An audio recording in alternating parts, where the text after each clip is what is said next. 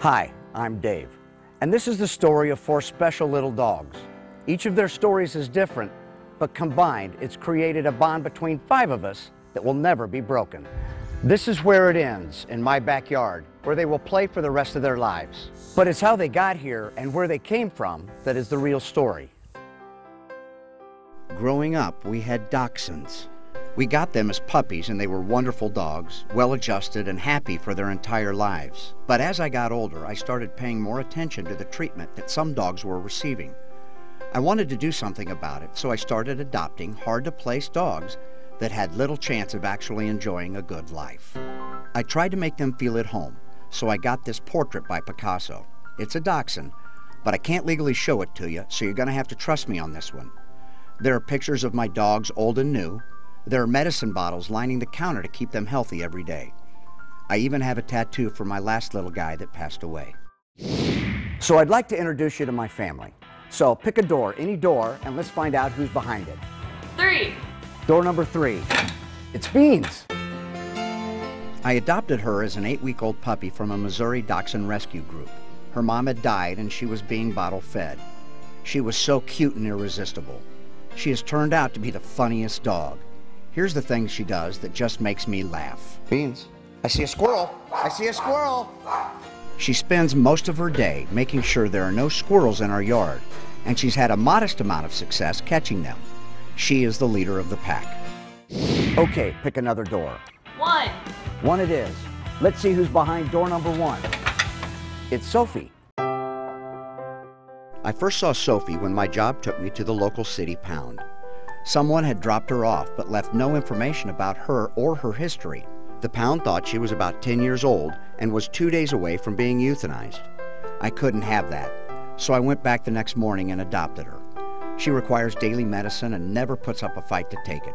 She is the sweetest, happiest dog. I think she realizes she has it made.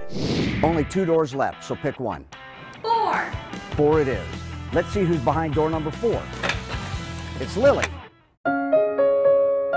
She spent 2 years in a puppy mill before she was rescued by a shelter in Iowa. I found her online on a Friday night, fell in love with her, and drove 6 hours the next morning to adopt her.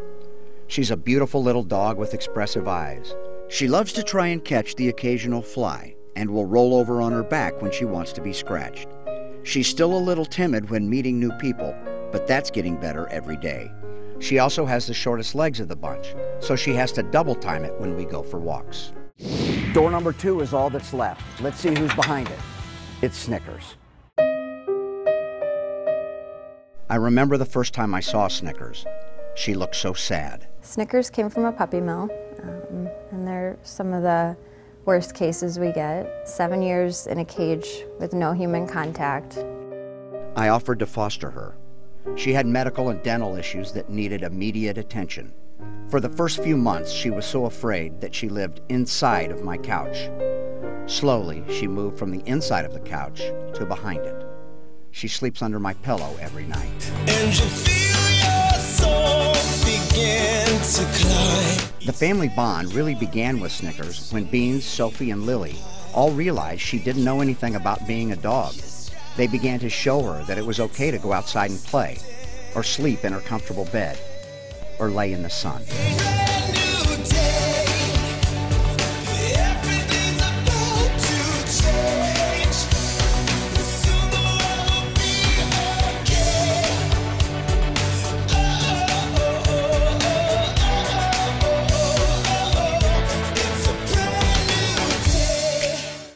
She's been in our family for 2 years now, and she still won't come to me. She runs under my bed if I try to pick her up. She's also still too afraid to be put on a leash, so I carry her when we go on walks.